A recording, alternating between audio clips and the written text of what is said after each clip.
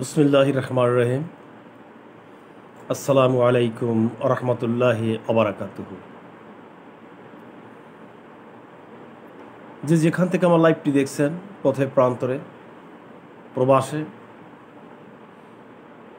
আমার অন্তরের অন্তঃস্থল থেকে আপনাদের প্রতি কৃতজ্ঞতা প্রকাশ করছি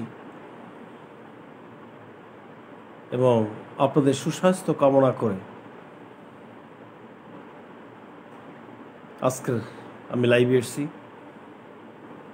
আপনারা জানেন যে প্রতিনিয়ত আমি লাইভে সংযুক্ত হই এবং আপনাদের অধিকার আদায়ের কথাগুলি বলার চেষ্টা করি। আমি শামসুল ইসলাম সৌদার, সেই লক্ষ্যে আজকের আমি আপনাদের সম্মুখে এসে দুই একটি কথা বলার জন্য আমি এসেছি।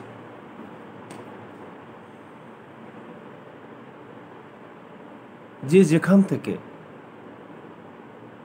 পারেন আমার লাইভটিকে শেয়ার করে দিবেন। আজকের যে কথাগুলি বলবো সে কথাগুলি সর্বোপরি প্রথম থেকে শেষ পর্যন্ত আমার এই কথাগুলি আপনারা শ্রবণ করবেন। প্রথম থেকে শেষ পর্যন্ত আমার এই কথাগুলি আপনারা উপলব্ধি করবেন, বিশ্লেষণ করবেন।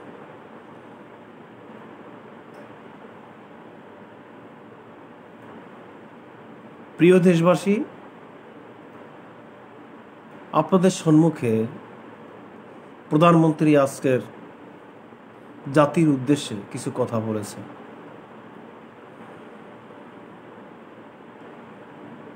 সেই কথার পরিপ্রেক্ষিতে আমি আপনাদের সম্মুখে কিছু কথা বলতে চাই।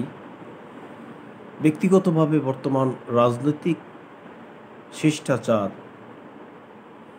রাজনৈতিক বহির্ভূত যে কর্মকাণ্ড এখন বর্তমানে বাংলাদেশে হচ্ছে, সে বিষয়াদি নিয়ে আমি আপনাদের সম্মুখে উত্থাপন করব বলে আমি আশা রাখি। প্রিয় দেশবাসী, আপনি আপনার জায়গা থেকে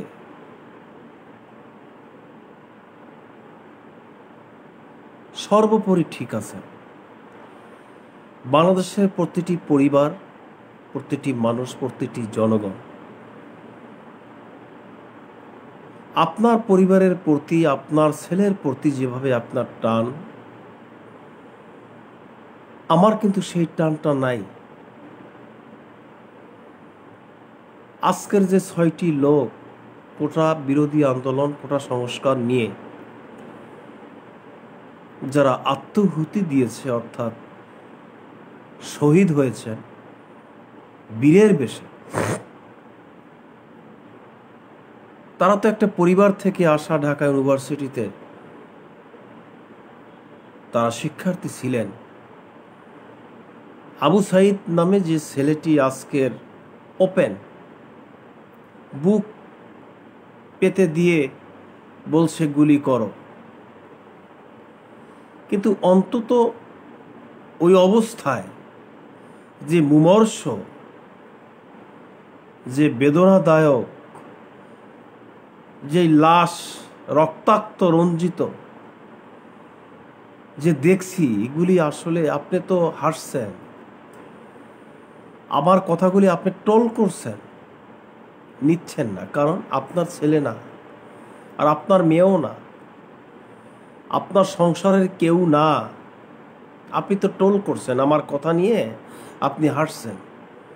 বাঙালি তো সোদনেওয়ালি বাঙালি।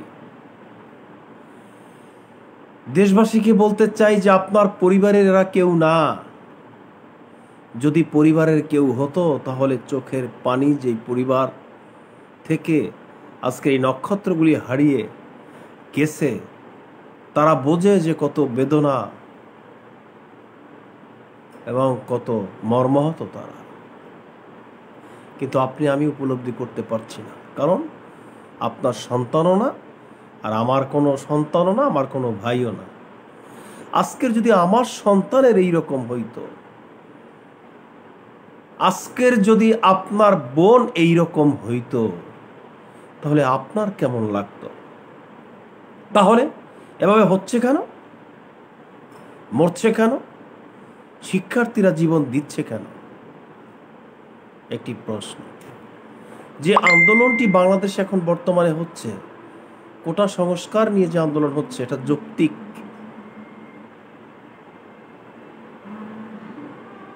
কোটা আন্দোলন বাংলাদেশে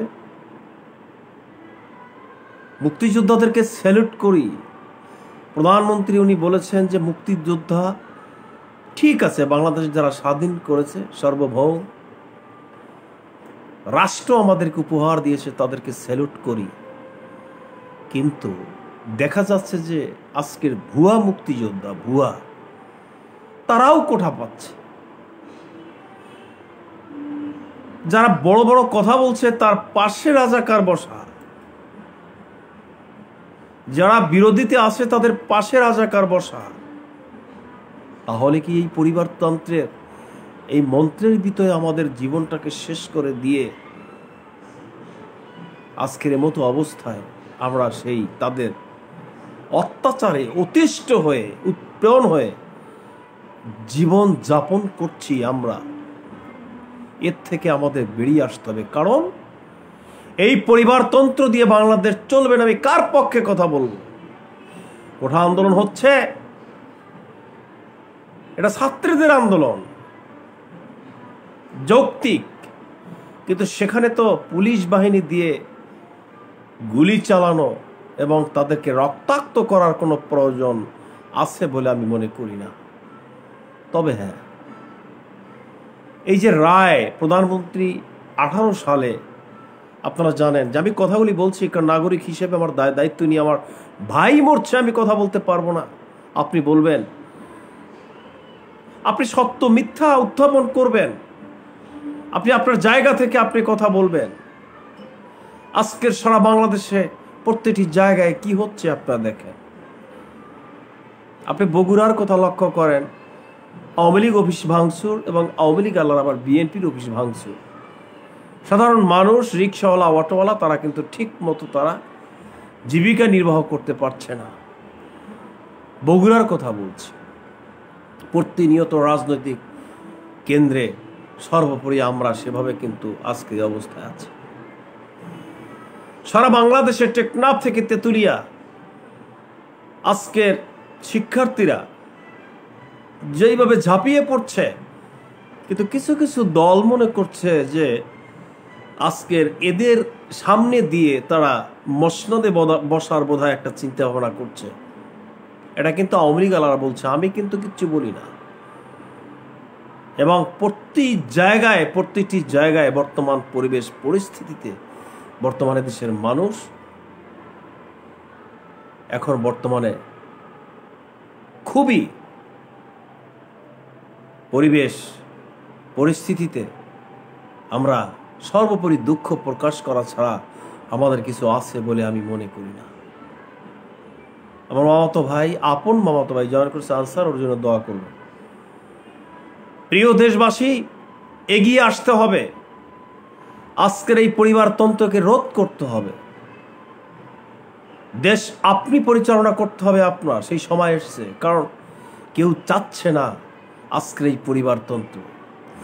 যেই দেশে 99% মহিলারা দেশ শাসন করছে, দেশের প্রাইম মিনিস্টার সে একজন মহিলা, বিরোধী দল মহিলা, স্পিকার মহিলা, এবং সমস্ত সর্বোপরি তাদের নেতৃত্বে বর্তমানে বাংলাদেশ চলছে। আর বাংলাদেশের ভিতরে কিছু নেতৃত্ব আছে যারা কথা বলে, মানে আমি সমস্ত দলের ভিতরে কিছু মানে ল্যাংরা, খোরা, লুলা, কুজা, হাঁটতে পারে না। আরে আপনি দেশ শাসন করতে হলে আর্মির মতো ট্রেনিং দিতে হবে আপনার দেশের ব্যাপারে। দেশ পরিচালনা করতে হলে আপনার বাহ্যিক সর্বোপরি আপনার বিশেষ ক্যাডার যেভাবে তৈরি হয় আপনার ওইভাবে তৈরি হতে হবে। সেই অভিজ্ঞতা তো আপনাদের নেই। আজকের বিএনপির এক রুমিন ফরানা কি বাল চিনিও না, তার চোখ, তার বুড়ু, মানুষ কথা বলার একটা সাইজ থাকে, সুন্দরভাবে অ্যাঙ্কারিং করবে, মানুষদেরকে বুঝাবে। কিন্তু মাইক ধরতে গিয়ে মানে চোখ এমনভাবে উপড়ে পড়ে, আর এমনভাবে কথা বলে এই মহিলাটা, এটা সর্বোপরি এই পরিবারতন্ত্রের কয়েকটি দালাল মহিলা আছে, এগুলি এমনি করে খালি কথা বলে। এবং উনি বলছে যে প্রত্যেকটা হত্যাকাণ্ডের বিচার করতে হবে বাংলাদেশে। তুমি হত্যাকাণ্ডের বিচার করার তুমি কে? এবং তুমি যে ভাষায় পরিবারতন্ত্রের একটি দালাল হিসেবে বসে আছো, এই ল্যাংরা, খোরা, লুলা, কুজা, হোমরা, চোমরা, গায়িকা, ফাইকা আজকের দলের ভিতরে ঢুকে, পরিবারতন্ত্রের ভিতরে ঢুকে আজকের দেশটাকে একটা নৈরাজ্যের দিকে আমরা কিন্তু ঠেলে দিচ্ছি। দেশবাসীকে বলতে চাই, ব্যক্তিগতভাবে আমি শামসুল ইসলাম সোলজার প্রতিটি পরিবারের, প্রতিটি মানুষের, প্রতিটি আঙ্গিনায়, বাংলার প্রতিটি জায়গায় আমার এই কথাগুলি সারা বিশ্বে, প্রবাসে মেহনতি জনতার কাছে পৌঁছে যাক, সেটাই আমি চাই। আজকে পরিবারতন্ত্রের দালাল কিছু কিছু তারা বিভিন্ন জায়গায় মুখোশধারী এই দালালগুলি যেভাবে কথাবার্তা বলছে, তাতে কোনো সলিউশন তো দূরের কথা। দেশটা জানি কেমন প্রতিনিয়ত আজকের আমাদের এই তাজা প্রাণগুলি আজকের কিন্তু আমাদের মাঝ থেকে ঝরে যাচ্ছে। আপনি কি টোল করছেন নাকি আমার কথা শুনে? হাসছেন? কিচ্ছু করতে পারবেন না জীবনে।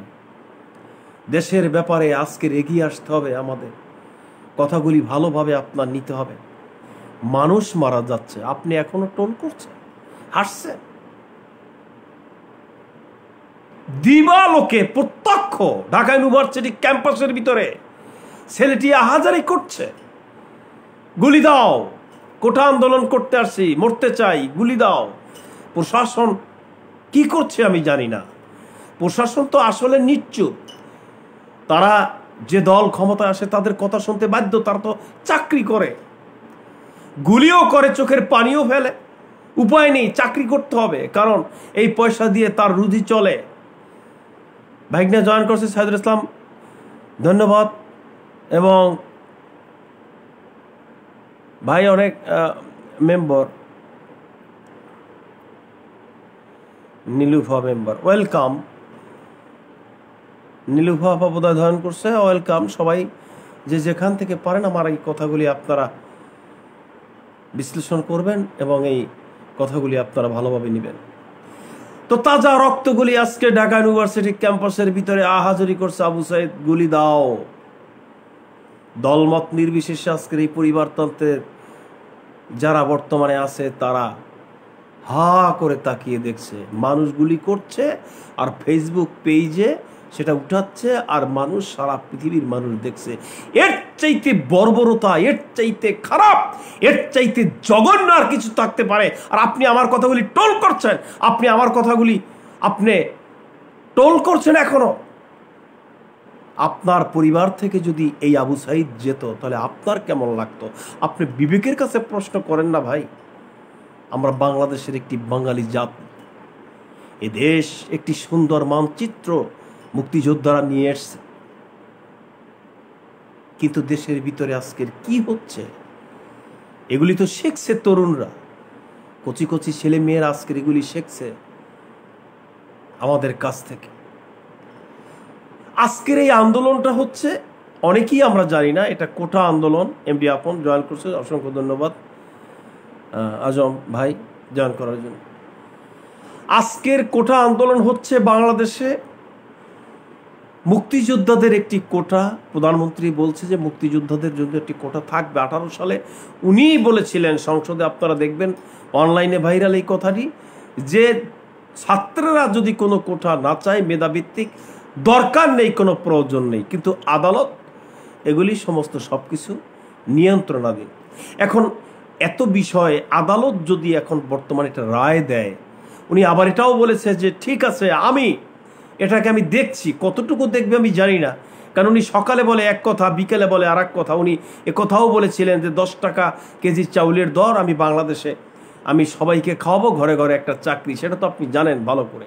তবে হ্যাঁ, অনেক সময় চাপের সম্মুখীন হলে সেই জিনিসটা কিন্তু উনি আবার সেটাকে দেখে, আমি যতটুকু মনে করি। ভাই, আমি একটা কথা স্পষ্টভাবে আমি আপনাদেরকে বলতে চাই, স্পষ্টভাবে আমি আপনাদেরকে বলতে চাই, আমি কিন্তু কোনো দলের সাথে কোনো সম্পৃক্ততা নয়।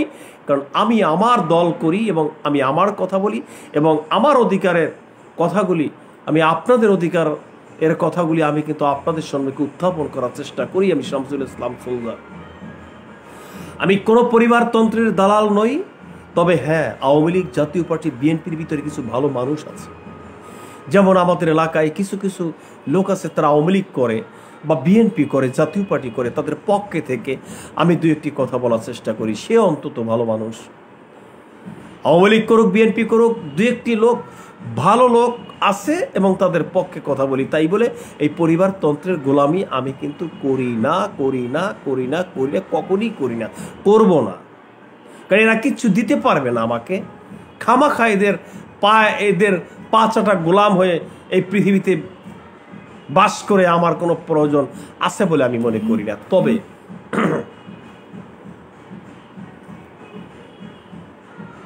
তো আজকের এই আদালত কি করলো? একটা রায় দিল। এখন আদালত যদি রায় দেয়, সেখানে কার কি করণীয় আছে?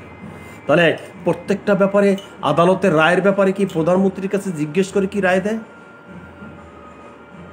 আপনি কি মনে করছেন তাই? আদালত কি প্রাইম মিনিস্টারের কাছে বলে, প্রধানমন্ত্রীর কাছে বলে তারপর কি রায় দেয়? হ্যাঁ, এক শ্রেণী মহল তারা মনে করে, পরিবারতন্ত্রের বিরোধী তারা মনে করে যে হ্যাঁ, তার কথা শুনে তারপর রায় দেয়। কি রায়? এ রায়ের ব্যাপারে তাহলে প্রধানমন্ত্রী জানে, তাহলে উনি একদম জাস্টিস। প্রধানমন্ত্রী তাহলে জাস্টিসের কাজও করে। আপনার কি মনে হয়? ভালো। আমি কথাগুলি বলছি কিন্তু চরম সত্য কথাগুলি বলছি। কারণ এদেশের চাটুকা সাংবাদিক এবং সুপ্রিম কোর্টের সর্বোপরি যে চাটুকাগুলি আছে, তারা কিন্তু চাটা এক এক পক্ষে কথা বলে।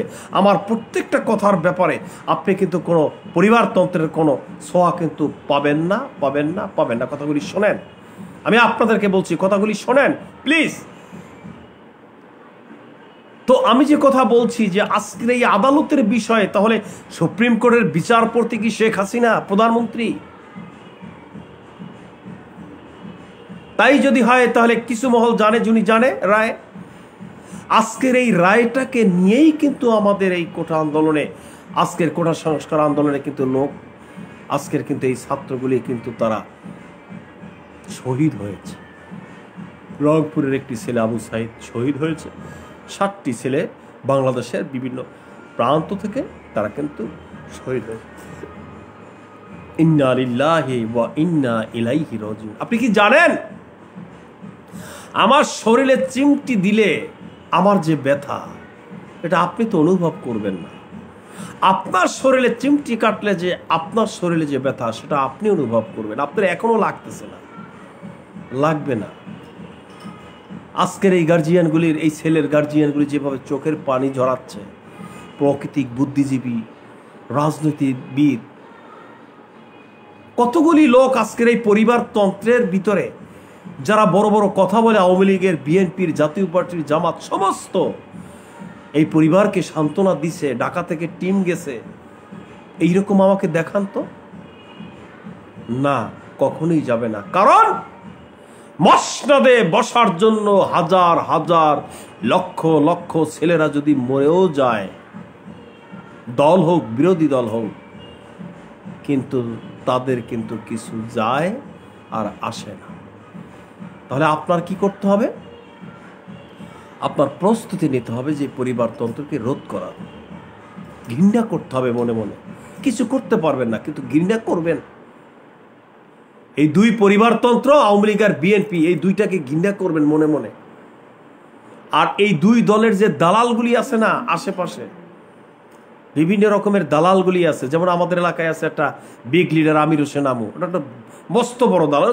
এর কোনো প্রেস ব্রিফিং নাই এখন বর্তমানে। দেশে যে কি হচ্ছে এখন, সমস্ত শেখ হাসিনা প্রধানমন্ত্রী। আমি আপনাকে বলতে চাই, আপনার বিপদে কিন্তু কেউ পাশে থাকবে না, কিন্তু বঙ্গবন্ধু মৃত্যুর সময় কিন্তু কেউ পাশে ছিল না।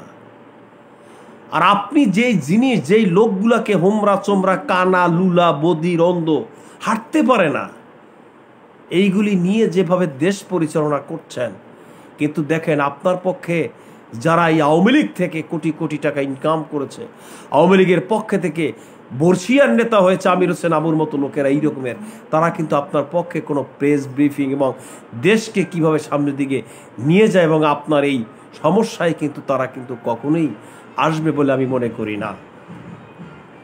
যারা ত্যাগী নেতা তাদেরকে আওয়ামী লীগ কিন্তু সর্বোপরি, আজকের আমি এই যে বগুড়ার ভিতরে যারা ত্যাগী নেতা, ত্যাগী বোঝেন, ত্যাগী নেতাদের কিন্তু তাদের কোনো মূল্যায়ন নেই। যারা আজকের এই বগুড়া সদরে, বগুড়া জেলায় সর্বোপরি পাড়া গায়ে মহল্লায় যারা কর্মীবৃন্দ জীবনটাকে শেষ করে দিতে পারে, জীবনটাকে উৎসর্গ করে দিতে পারে, তাদের কিন্তু মূল্যায়ন নেই। কিন্তু এই সময় যখন আপনি প্রধানমন্ত্রী বিপদে পড়বেন, তখন এই গুলিস্তানের হকারই কিন্তু আপনাকে পরিবেষ্টন করে তারা কিন্তু আপনাকে সেভ করবে, অর্থাৎ এই হকারই আপনি মার পিটা দিয়ে উচ্ছেদ করেন এবং এই সাধারণ জনগণ। দেশবাসীকে আমি বলতে চাই, অন্তত এতটুকু, এই কথাটুকু বললাম যে আজকের এই দুই দলের ভিতরে তাদের রাজনৈতিক সংকটনাপন্ন যে অবস্থা এখন বর্তমানে সংকট, এই দূরীকরণ করার লক্ষ্যে আজকের যেই পরিবেশ পরিস্থিতিতে দেশ চলছে, তাতে বর্তমান সামনে কি হয়, ভয়ানক অবস্থা, সেটা তো আপনিই বুঝতে পারতেছেন। দেশবাসীকে বলতে চাই যে আজকের লাইভ করার উদ্দেশ্য হচ্ছে এই যে কোঠা সংস্কার নিয়ে যে কথাগুলি আমি আপনাদের সম্মুখে উত্থাপন করেছি, যে এই কথাগুলি বুঝেছি, আজকের এখানে বিভিন্ন রকমের দলের সাপোর্টিং, অর্থাৎ বিভিন্ন দলের লোকজন কিন্তু তারা আছেন, আমার কথাগুলি শুনছেন। আপনি একটি দল করছেন ভালো, সেই দলের জীবনে জিন্দেগিতে আপনি কি মনে করেন সেই দলের আপনি কোনো প্রধান হতে পারবেন? এবং এই দলের সর্বোপরি আপনি কি মহানায়ক হয়ে বসে থাকতে পারবেন? আপনার সারা জীবন চাটুকা, চামচাগিরি, দালালগিরি করে করে আপনার বাকি জীবনটা কিন্তু পার করে দিতে হবে। দেশবাসীকে বলতে চাই যে আজকের যেই লোকগুলি আজকের আমাদের মাঝ থেকে, শিক্ষার্থীগুলি আমরা হারিয়েছি, তাজা প্রাণগুলি, তাদের আত্মার প্রতি মাগফিরাত কামনা করছি এবং আমি শামসুল ইসলাম সোলজার তাদের পরিবারের প্রতিটি পরিবারের আজকের দুঃখ ভারাক্রান্ত হৃদয় নিয়ে আমি তাদের পাশে থেকে শুধু সহানুভূতি ছাড়া দেওয়ার মতো আমার আর কোনো কিচ্ছু নেই। যেই ছেলে ঢাকা ইউনিভার্সিটি থেকে আসবে বাড়ি, মায়ের আঁচলে থেকে তার ভালোবাসায় সন্নিকটে থেকে আজকের তারা চলবে এবং বাড়ি আসবে, আর সেখানে লাশ হয়ে তারা আজকের বাড়িতে আসছে। এ বিষয়ে আপনার কথা বলতে হবে। কিসের ক্ষমতা, যেই ক্ষমতায় থেকে আজকের মানুষ মরে যাচ্ছে? কিসের ক্ষমতা যে আজকের জনগণ, শিক্ষার্থীরা কি চাচ্ছে? কোটা আন্দোলন, মুক্তিযোদ্ধাদের মেধা তালিকায় যারা আসবে, মেধাভিত্তিক সর্বোপরি এ বিষয় নিয়ে একটা সলিউশন তো দেওয়া যায়। আর কিছু কিছু গভর্নমেন্টের বাচ্চারা আছে, যে আমি ওই নাজির রহমানের মঞ্জুর একটা পোলা আছে না, ওই যে এই ব্যারিস্টার, তো অনেক বলে, তারেক রহমান সাহেবও বলে যে কোঠাভিত্তিক আন্দোলন করে 5%, তা আপনার এই কথায় তো প্রধানমন্ত্রী রাজি হবে? প্রধানমন্ত্রী তো ডাইরেক্ট বলবে যে কোঠা বিরোধী, আমি ঠিক আছে তোমাদের কথা মানলাম। তাহলে তোমরা যে রাজনীতি করো, তোমাদের যে রাজনীতির যে ফর্মালিটি এবং তোমরা যে ক্ষমতার আসনে চলে যাচ্ছ বা যাবে, তা সেই জিনিসটার সলিউশনটা যদি ঠিকঠাক মতো তোমরাই করে দাও, তাহলে তোমাদের তো ওইভাবে রাজনীতির আর কোনো পেস মাইর বা কোনো রকম কোনো কিছু আছে বলে আমি মনে করি না।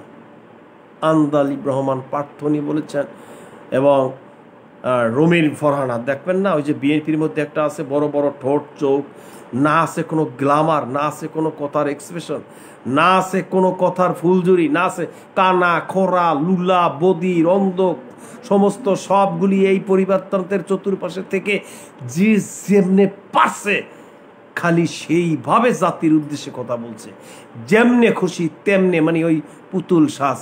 আর একটা আছে ওই যে ফরিদপুরের, আরে বাবারে, বিএনপির মধ্যে কিছু কিছু আওয়ামী লীগের ভিতরে মহিলা মানে এমনভাবে কথা বলে চেগিয়ে ভেঙ্গিয়ে, আরে বাবারে, মানে কথার ভিতরে কোনো লাজুকতা, কথার ভিতরে মাধুর্য, কথার ভিতরে মানুষকে বোঝানো যে সমস্ত সর্বব্যাপারে তার যেই নলেজগুলি সেগুলি তো নাই, বরঞ্চ মানুষকে আরও উদ্বুদ্ধ করে।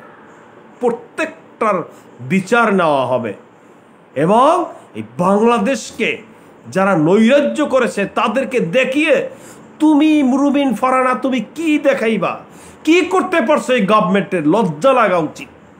সে 3 টার্ম 4 টার্মের প্রধানমন্ত্রী, আর তুমি এখনো পর্যন্ত কোনো টনক নড়াইতে পারো নাই। এখন কোটা আন্দোলনের উপরে ভর করে ছাত্রদেরকে সামনে দিয়ে এখন তুমি একটা আন্দোলনের ফায়দা লুটছ। তোমার সেই মুরাদ নেই, কারোর নেই। তুমি তো বলছো যে 5% দিলে সবচাইতে ভালো, তাহলে তোমার রাজনীতির সেই দাবার গুটিটা কোথায় রইল? আমি মনে করি না। তুমি বলছো যে 5% হলে প্রধানমন্ত্রী মানবে, তাহলে তোমার রাজনীতির কৌশলটা কোথায়? তার মানে হচ্ছে এই পরিবারতন্ত্রের ওর বাপদাদারা যে দলটা করেছিল সেই দলের ওই জন্মগ্রহণ করে সেই দলের সর্বোপরি একটা জায়গায় এসে তারা কিন্তু এইভাবে রাজনীতি করছে। কিন্তু রাজনীতির যেই বুদ্ধি বিবেচনা বুদ্ধিমত্তা সেই জায়গা থেকে কিন্তু তাদের কোনো সেই ধরনের কোনো ব্রেন আছে বলে আমি মনে করি না। প্রিয় দেশবাসী, আমি আপনাদেরকে বলতে চাই, ব্যক্তিগতভাবে প্রতিটি পরিবারের যে সব আওয়ামী লীগ বিএনপি করে তেমনটা নয়। আমি আপনাদেরকে বলছি যে সজাগ দৃষ্টিতে আপনার ছেলে আজকের কোটা আন্দোলন করুক, যা কিছু করুক, কিন্তু কোনো পরিবারতন্ত্রের পক্ষে পড়ে আজকের যেন তারা কোনো আন্দোলন না করে। কারণ আপনার ছেলে যদি আন্দোলন করে সে প্রতিষ্ঠিত হতে পারে। 52 সালে যেভাবে আন্দোলন করে প্রতিষ্ঠিত হয়েছে, আজকের সেই তাজা রক্ত দেওয়ার পরে তাদের লেখনির পাতায় শহীদি মৃত্যুর সেই শ্রদ্ধাঞ্জলি যেভাবে বাংলার মানুষ দেয়, সেইভাবে আপনার ছেলে ওই আন্দোলন করবে। কিন্তু কোনো পরিবারতন্ত্রের পক্ষে যে যেন কোনো আন্দোলনে তারা যেন কোনো শরিক না হয়। আপনার সেই কোঠা আন্দোলন অব্যাহত থাকুক। এবং আমি ঢাকা ইউনিভার্সিটি থেকে, জাহাঙ্গীরনগর বিশ্ববিদ্যালয় থেকে আরম্ভ করে বাংলাদেশের প্রতিটি বিশ্ববিদ্যালয় ভাইদেরকে বলতে চাই যে তোমরা যেভাবে আজকের ঝাঁপিয়ে পড়ছো কোনো পরিবারতন্ত্রের উস্কানিতে নয়, তোমাদের আন্দোলন তোমাদের ওয়েতে তোমরা সেভাবে চালাবে। কারণ তুমি আন্দোলন করবে, ফয়দা লুটবে আর একজনে, তারা কিন্তু চেয়ারে বসার জন্য তারা কিন্তু সেইভাবে তারা কিন্তু পাইতারা করবে। আজকের কোঠা আন্দোলন চলছে।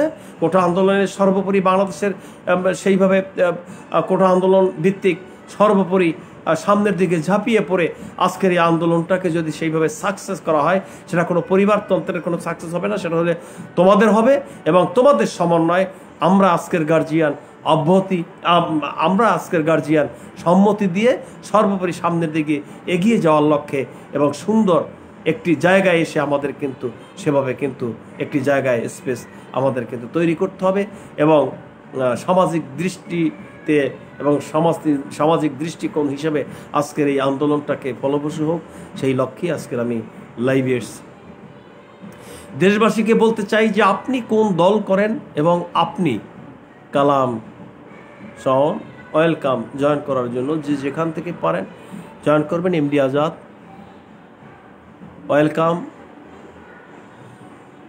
তো আমি যে কথাটা বলছি সেটা হচ্ছে যে বাংলাদেশ নয়, গোটা পৃথিবীতে আজকের কিন্তু এই বাংলাদেশের এই বিষয়টা নিয়ে আজকের কিন্তু জাতিসংঘ সহ ইউরোপীয় ইউনিয়ন টোটাল সর্বোপরি আজকের গণমাধ্যমে ভারতের 29টা প্রদেশ সহ পাকিস্তান সর্বোপরি আজকের কিন্তু এই গণমাধ্যম কর্মীর মাধ্যমেই কিন্তু সব জায়গায় ছড়িয়ে ছিটিয়ে যাচ্ছে।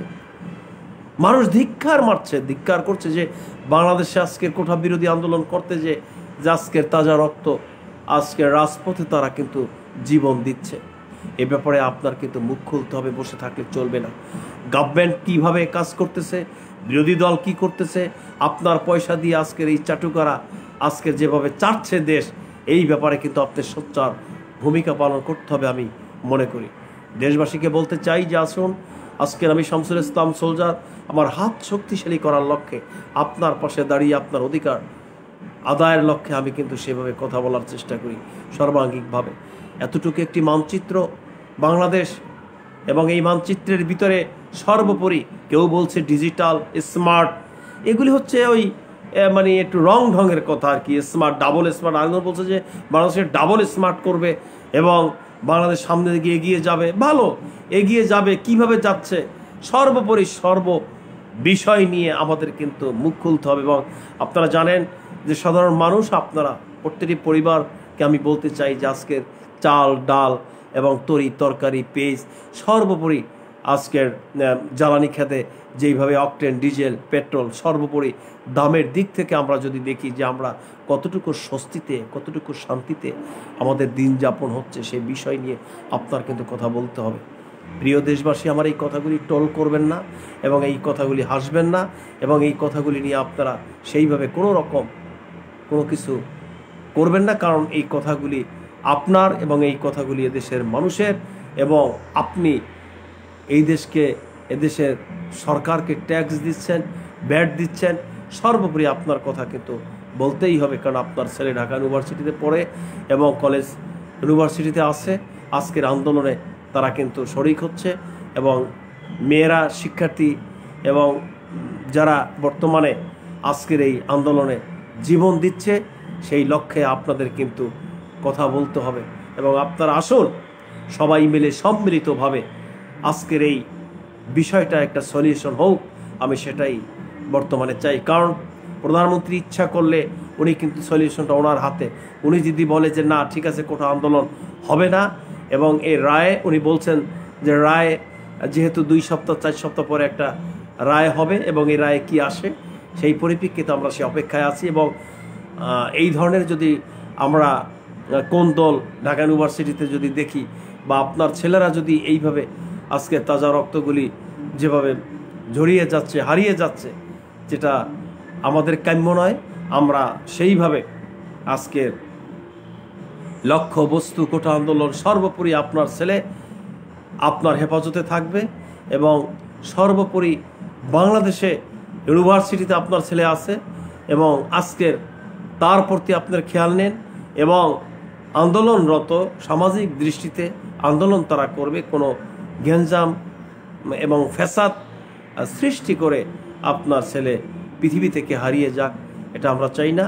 কারণ প্রশাসন খুব হার্ড লাইনে এখন বর্তমানে কোনো কিছু করতে পারলেই কোনো কথা নাই। এই পরিবারতন্ত্রের একটা জায়গা আছে, প্রশাসন খালি অর্ডার দিবে এবং এই বুলেটগুলি রেখেছে আমাদেরকে নিঃস্ব করার জন্য এবং আমাদেরকে মারার জন্য, এবং তারা কিন্তু এই চাটুকা পুলিশগুলি কন্টিনিউয়াস কিন্তু তারা কিন্তু সেভাবে কিন্তু করবে। প্রিয় দেশবাসী, আমি আপনাদেরকে বলছি, এখনও বলছি যে আপনারা আসুন সম্মিলিতভাবে সকলে সবাই মিলে আজকের এই পরিবারতন্ত্রকে উৎখাত করে একটি সুন্দর দল গঠন করে গণতান্ত্রিক প্রেক্ষাপট হিসেবে আমি শামসুল ইসলাম সোলজার আমার হাত শক্তিশালী করার লক্ষ্যে আজকের আপনাদের পাশে দাঁড়িয়ে অধিকার আদায়ের কথা বলার লক্ষ্যে আমি আজকের আপনাদেরকে নিয়ে গিয়ে সামনের দিকে এগিয়ে যাই, সেই লক্ষ্যে আজকের এই লাইভে এসেছি। এবং সর্বোপরি প্রতিনিয়ত আমি লাইভে থাকবো এবং আমার এই পেজটিকে আপনারা ফলো দিয়ে পাশে থাকবেন এবং কমেন্ট করে আমাকে বিস্তারিত তথ্য প্রদান করবেন। আপনার কথা প্রতিনিয়ত আমি মানুষের সামনে উত্থাপন করার চেষ্টা করব। আজকের এই অবস্থা থেকে আপনার সুস্বাস্থ্য দীর্ঘায়ু কামনা করে এবং এই 7 জন তাজা প্রাণ আমাদের মাঝ থেকে হারিয়ে গেল তাদের সান্ত্বনার লক্ষ্যে এবং তাদের গার্জিয়ানের সেই সান্ত্বনা দিয়ে আমি শামসুল ইসলাম সোলজান ক্রণরত অবস্থায় আমি আপনাদের কাছ থেকে বিদায় নিলাম। সবাই ভালো থাকবেন, আল্লাহ হাফেজ, ওয়েলকাম। সর্বশেষ আমি একটা কথা বলি, কারণ এখানে জয়েন করছেন আমাদের শ্রদ্ধেয় এবং আমার গুরু এবং আমার ওস্তাদ, আমি যার হাত ধরে আমার সাংবাদিকতা জীবন এবং সর্বোপরি প্রেস ক্লাবের নিউজের আইন সম্পাদক এবং সম্মানীয় ব্যক্তিত্ব জনাব সাইফ আলী ভাই, উনি জয়েন করছেন, অসংখ্য ধন্যবাদ। এবং ওনার হাত ধরেই আমার পথ চলা আমার গুরু এবং আমার ওস্তাদ, জাতীয় প্রেস ক্লাবের সম্মানীয় ব্যক্তিত্ব এবং উনি সর্বাঙ্গীন এবং রাজনৈতিক সাংবাদিক ইউনিয়নের সাংবাদিক অ্যাসোসিয়েশনের একজন মেধাবী একজন ভালো নেতা এবং খুবই আদরের এবং সবাই এবং ঢাকা জাতীয় প্রেস ক্লাবের সর্বোপরি এবং ওনার আকাঙ্ক্ষিত সবাই এবং ওনার ছত্রছায়ায় আমরা থাকি এবং উনি আমার গুরু, উনি জয়েন করছেন, অসংখ্য ধন্যবাদ। কারণ উনি জয়েন করা মানে আমার আস্তে কথা বলি আমার সেইভাবে নিবৃত্তিতে চলে যাচ্ছে, কারণ আমি কথা বলতে পারছি না, কারণ ওনার সামনে আমি কথা বলতে পারি না, কারণ উনি আমার যথেষ্ট পরিমাণে এবং আমি ওনাকে শ্রদ্ধার পাত্র হিসেবে দেখি। উনি জয়েন করছেন, ওনার সুদীর্ঘায়ু কামনা করছি এবং ওনার রাজনীতি আমি করি এবং ওনার বুদ্ধি এবং উনি আমার ওস্তাদ। সর্বোপরি ওনার দীর্ঘায়ু কামনা করে এবং ওনার সুস্বাস্থ্য কামনা করে আমি শামসুল ইসলাম সৌজার বিদায় নিলাম। সবাই ভালো থাকবেন। আল্লাহ হাফেজ।